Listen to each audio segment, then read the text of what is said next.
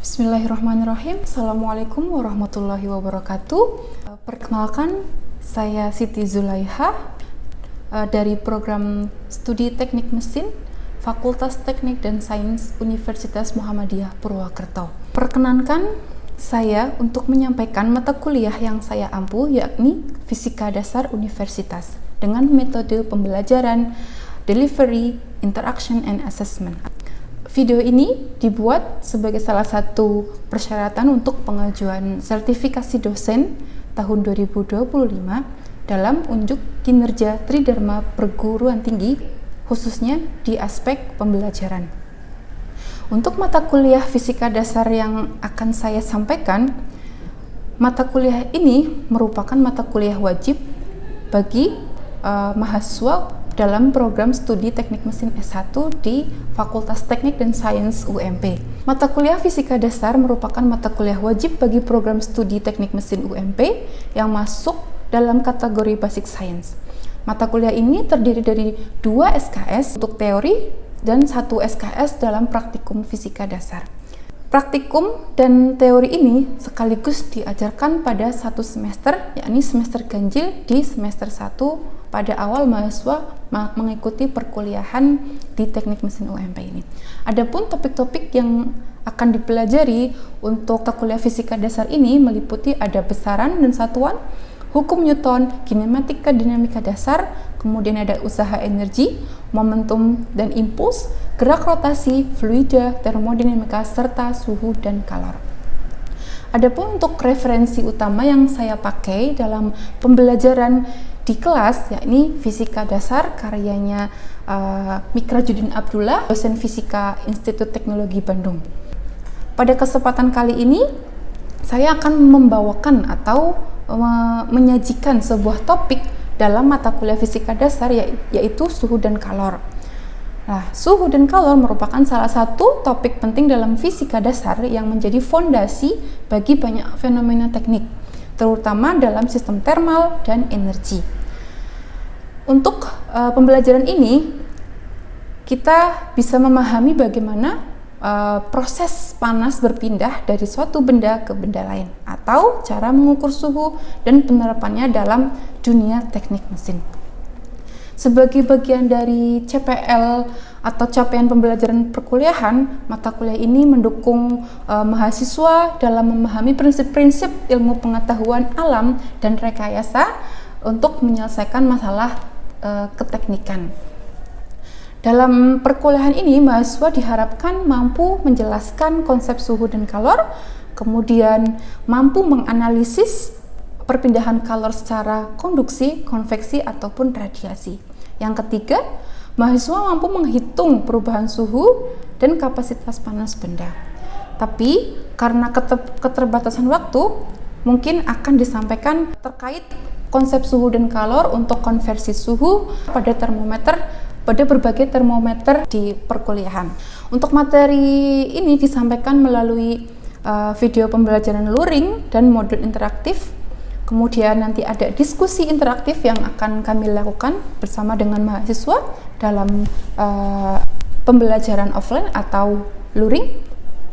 Kemudian nanti evaluasi akan dilakukan melalui pertanyaan-pertanyaan atau mahasiswa langsung mengerjakan latihan soal menggunakan kolaborasi dari ilmu pengetahuan lain. Misalkan kita mengintegrasikan fenomena fisika kemudian diselesaikan dengan bahasa komputer atau pemrograman komputer. Adapun kontrak perkuliahan telah saya sampaikan di awal perkuliahan melalui platform pembelajaran yang ada di Universitas Muhammadiyah Purwokerto. Kemudian ada komponen penilaian meliputi ada ujian akhir semester, ujian tengah semester, kemudian ada kuis dan tugas serta tugas proyek yang dilakukan oleh individu. Nah, tugas proyek ini bertujuan untuk melatih mahasiswa dalam menganalisis masalah dasar, terutama fenomena-fenomena dasar yang ada dalam fisika, dan menyelesaikannya secara ilmiah. Sehingga mahasiswa dapat meningkatkan kemampuan aplikatif dan kritis. Untuk proses pembelajaran yang akan dilakukan di dalam kelas, kami akan melakukan pembelajaran di dalam kelas untuk topik fisika dasar yang berkaitan dengan suhu dan kalor.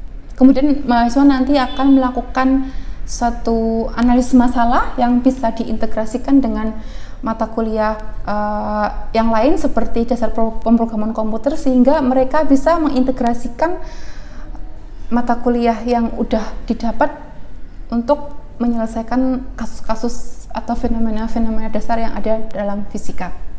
Semoga pembelajaran ini memberikan manfaat bagi kita semua dan bagi perkembangan akademik serta profesional dari akademik. Terima kasih atas perhatiannya. Selamat menyaksikan video pembelajaran di kelas. Assalamualaikum warahmatullahi wabarakatuh. Waalaikumsalam warahmatullahi wabarakatuh. Selamat pagi. Pagi. Sudah sarapan semua? Sudah. Yang belum sarapan? Semangat untuk kuliah hari ini? Semangat. Semangat enggak? Semangat. Semangat, semangat, semangat.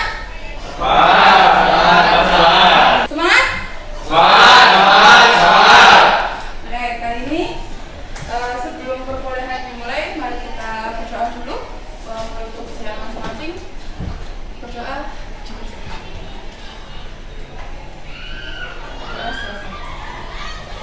Oke, hari ini kita masuk ke mata kuliah apa ini? Ada yang tahu mata kuliah apa hari ini? Kalau ini untuk saya Bu. Dan happy. Gitu. Fisika dasar. Ada dua semester ya, ada fisika dasar sama fisika lanjut. Di sini kita masih ada di mata kuliah fisika dasar. Untuk babnya sebelumnya ada yang ingat?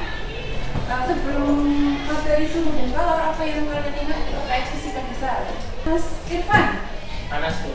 Termo, kata termo. Dynamic namanya artinya apa dynamic?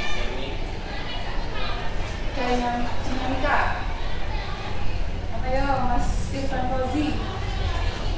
Panas begitu. Dinamika itu dinamis artinya apa? Ada yang tahu lagi dinamis artinya apa? Dinamika. Kan kalian nanti belajar ada statika, dinamika, itu ada saling keterkaitan.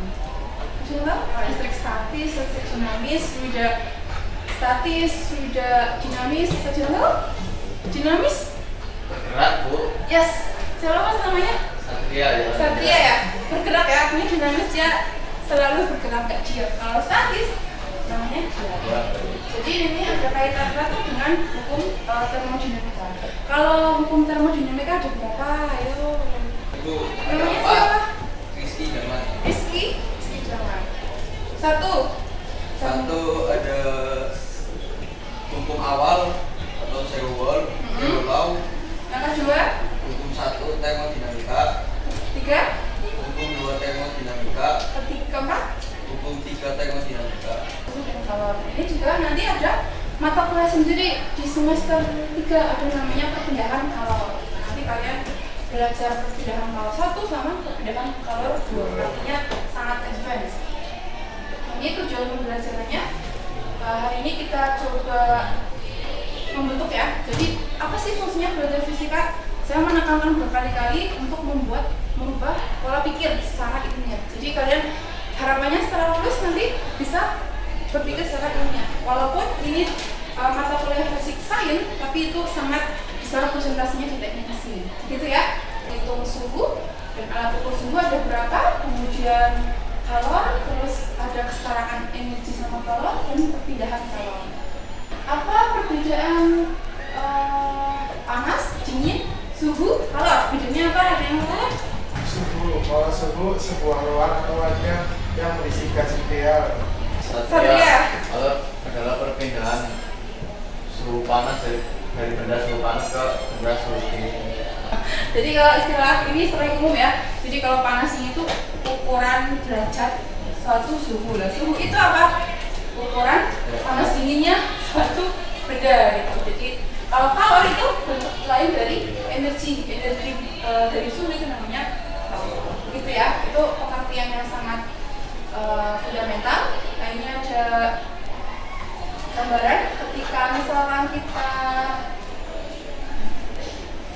ada suatu ruangan, kemudian diisi gas, kemudian gasnya dipanaskan. Tadinya suhunya misalkan 25 di ruang. Setelah dipanaskan dia akan menerima kalor. Kalor itu bentuk energi ya.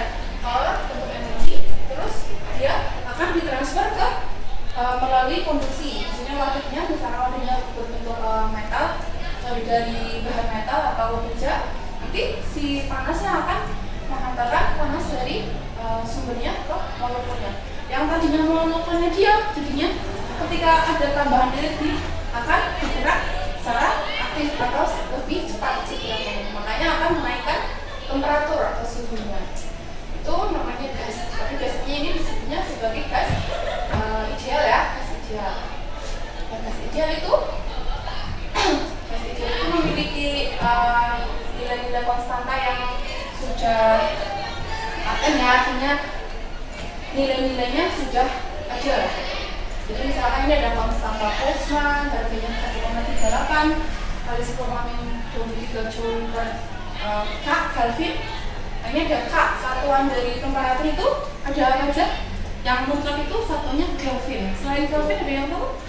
Satuan dari suhu atau temperatur.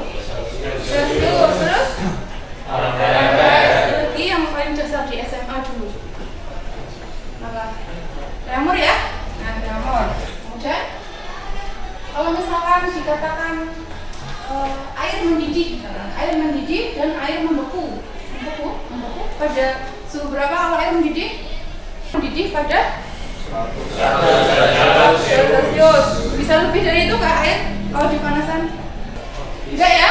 Enggak. Jadi maksimal itu 100 derajat. Kalau kalian memanaskan seberapa lama pun kalian memanaskan air, pasti suhunya 100. Nggak mungkin lebih dari 100 derajat. Nah, kalau titik bekunya itu di 0. Kecuali kalau kalian memanaskan emas atau logam, dipanaskan menggunakan sumber misalkan arus ataupun api gitu dalam suhu tinggi sampai 400 derajat itu bisa sampai meleleh. Itu namanya titik titik meleleh ya. Tapi kalau dalam air namanya titik boiling water. Mengukur seberapa panas atau dingin suatu benda dibandingkan dengan referensi kualitas. Artinya kalau misalkan air pure H2O ini titik didihnya 100 derajat, titik bekunya 0 derajat sebagai patokan. Ini patokan bawah, ini patokan atas. Nah, ini untuk mengukur panas dinginnya suatu benda. Selain termometer ada lagi apa yang Anda tahu? Untuk mengukur suhu panas dinginnya suatu benda pakainya tetap pakai termometer. Kita punya termometer, kita kan tadi ada banyak macamnya, ada Fahrenheit, Celsius, tapi yang mutlak atau standar internasional satuan divisi dasar yang sebenarnya besaran dan unit itu harus Kelvin, nggak boleh Celsius, nggak boleh pakai Fahrenheit. Tapi kita bisa mengkonversi ya. Jadi nanti kita kalau kalian udah punya dasar pemrograman komputer, sudah pakai Python, kita bisa membuat program mengkonversi suhu dari Celsius ke Fahrenheit. Bisa. Ini ya contohnya ya. Ini suhu Celsius bisa sampai -20, tapi di suhu Fahrenheit dia 0. Itu namanya titik referensi atau titik atas sama titik bawah dari suatu Fahrenheit. Titik bawahnya 32 derajat Fahrenheit, titik atasnya 212 Fahrenheit. Kalau di Celsius 0 sama 100 gitu. Jadi ini rumusnya apa ini berarti? Kalau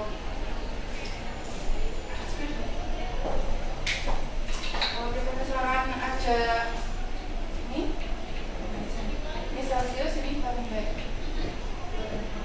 Kalau ini 100 derajat, ini 32, ini 212. Cara mengkonversinya gimana? Konversi suhu dari misalnya ini titik atas dari Celsius 100, ini titik atas dikurangi titik bawahnya 0, titik bawah 0, terus dibagi dengan Fahrenheit ini Celsius per Fahrenheit Celsius sama Fahrenheit. Kalau Fahrenheit artinya 212 dikurangi 32.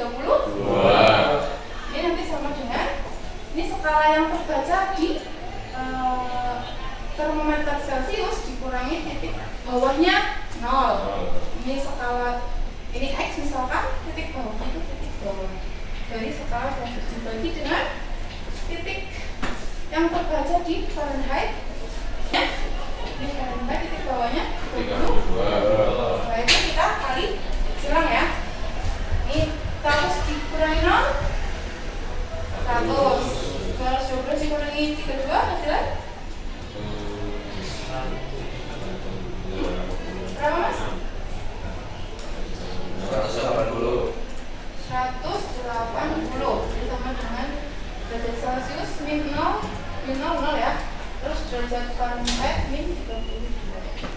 Ini dikali silang ya, berarti 180 derajat C sama dengan 100 dikalikan derajat F min 32.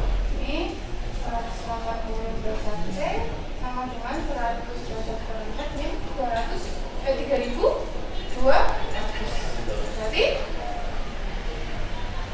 Berarti gimana? Kalau disingkatnya ini 100 per 180 dibagi dengan 20. Dibagi 20 hasilnya 5. Dibagi 20 hasilnya 9. Jadi 5 per 9 sama dengan derajat Celsius dibagi dengan derajat Fahrenheit min 32. Tahu? Atau kalau dari situ bisa dilihat kalau Fahrenheit ke Celsius dia konversinya 5 per 9 dikalikan, ini dibalik ya, kalau mencari apa Fahrenheit ke Celsius nanti dibalik 9 per 5 atau 5 per 9. Ini ada juga untuk kebalikannya, tadi 5 per 9 dikalikan Fahrenheit min 32. Tapi kalau dari Fahrenheit ke Celsius carinya ya 9 per 5 ditambah ya, karena pindah rumus. Question sampai di sini paham? Ya, ada pertanyaan dulu sampai di sini. Mas Amar, ada pertanyaan dulu? Ya, paham ya? Paham? Kalau begitu coba kalian buka Google Colab-nya. Cara membuat program untuk Fahrenheit ke Celsius atau Celsius ke Fahrenheit. Dan pertanyaannya, pada suhu berapa ketika kalian mengukur pakai termometer Celsius dengan termometer Fahrenheit nilainya sama? Paham nggak pertanyaannya? Jadi saya punya 2 termometer nih. Terus saya mengukur benda, misalnya mengukur suhu air, celukan. Itu pada suhu berapa di 2 termometer ini menunjukkan angka yang sama. Soalnya kan ini berbeda-beda ya, misalkan 30 Fahrenheit itu berapa Celsius. Nah, misalkan saya maunya misalkan 30 Fahrenheit itu sama dengan minus 30 derajat Celsius. Itu pada angka berapa? Pertanyaan. Ini mengintegrasikan ya, jadi selain kalian tahu permasalahan umum di mata kuliah fisika dasar, kalian juga bisa menyelesaikan persoalannya di menggunakan pemrograman atau Python ya. Tuh, masih semangat? Coba saya pengen dengar. Semangat. Oke, tepuk tangan buat kita. Pertanyaannya apa? Pertanyaannya pada suhu berapa ketika 2 meter ini menunjukkan angka yang sama di Fahrenheit sama Celsius. Ini ya, jadi ada 2 termometer Fahrenheit sama Celsius. Kemudian di suhu berapa, di angka berapa mereka menunjukkan angka yang sama. Pemrograman ya, jadi kita menggunakan Python ya, Google Colab berbasis Python.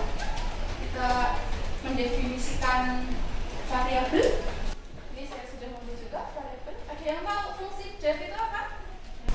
Mendefinisikan sebuah fungsi ya. Jadi kita mendefinisikan sebuah fungsi. Ini fungsinya namanya konversi suhu gitu. Ini pakai underscore nggak apa-apa atau pakai dash juga nggak apa-apa.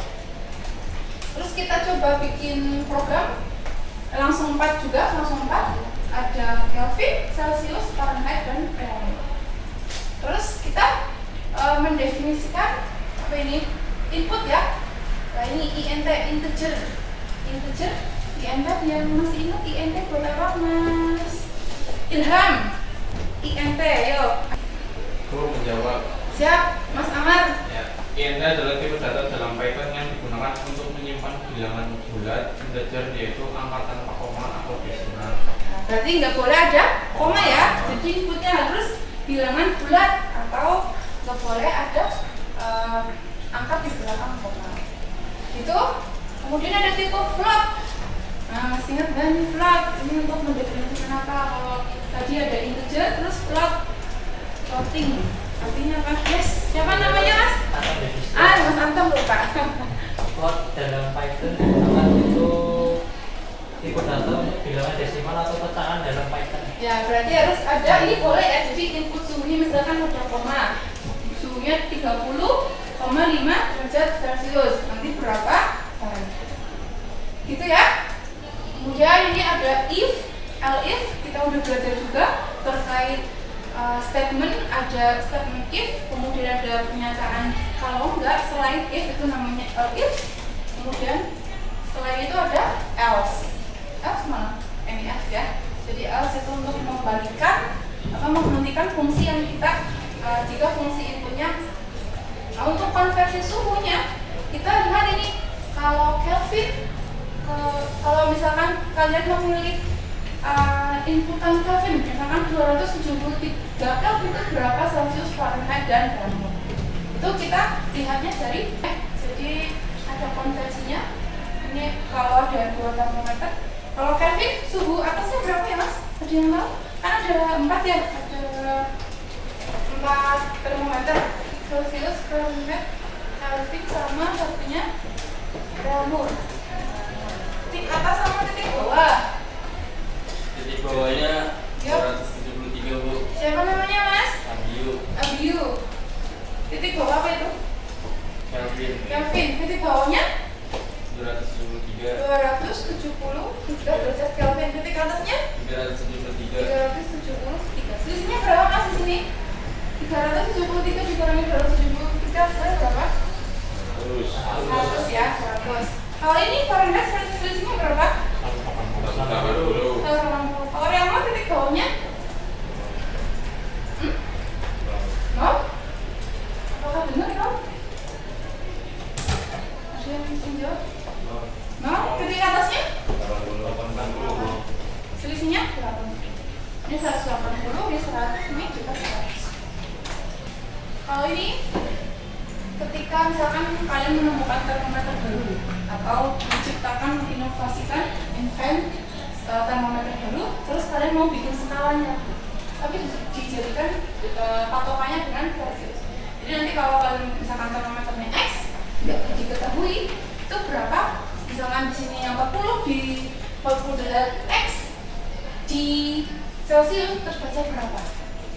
Itu bisa dicari dengan rumus apa ini? Rumus yang tadi ya, mirip yang ini suhu atas minus suhu bawah yang sama dengan dibandingkan. Artinya misalkan yang diketahui Celsius terus bawahnya tidak diketahui, itu pakainya rasio titik atas dikurangi titik bawah dari termometer yang tidak diketahui dikurangi titik bawah dari termometer yang tidak. Gitu ya. Coba kalian bikin pemrogramannya untuk soal yang tadi ya, udah dapat Mas? Soal di angka berapa termometer Fahrenheit dan Celsius menunjukkan angka yang sama? Minus 40 derajat. Dari mana itu? Ini ya, perhitungannya ya.